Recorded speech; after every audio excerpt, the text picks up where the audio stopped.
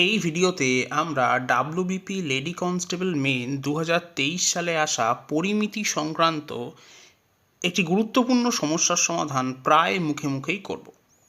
এখানে প্রশ্নটি হলো, একটি বর্গাকার ভূমিবিশিষ্ট বাক্সের মেঝের ক্ষেত্রফল দেওয়া আছে 144 বর্গ সেমি।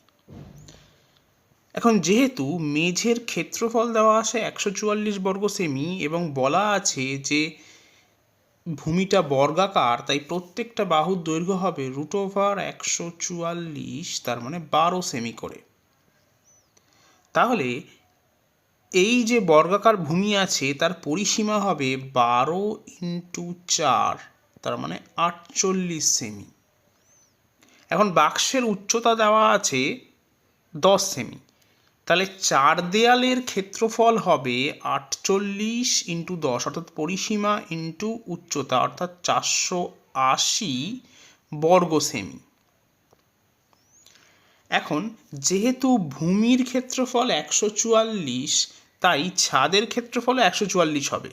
তাই চার দেয়াল এবং মেঝে এবং ছাদ এদের সম্মিলিতভাবে ক্ষেত্রফল হবে 480 যোগ 144 গুণ 2, অর্থাৎ 288। তাহলে যোগ করলে আমরা পাচ্ছি 768 এত বর্গ সেমি। তাহলে এটাই হলো মোট 6টা তল, অর্থাৎ চার দেয়াল, মেঝে এবং ভূমির সম্মিলিত ক্ষেত্রফল।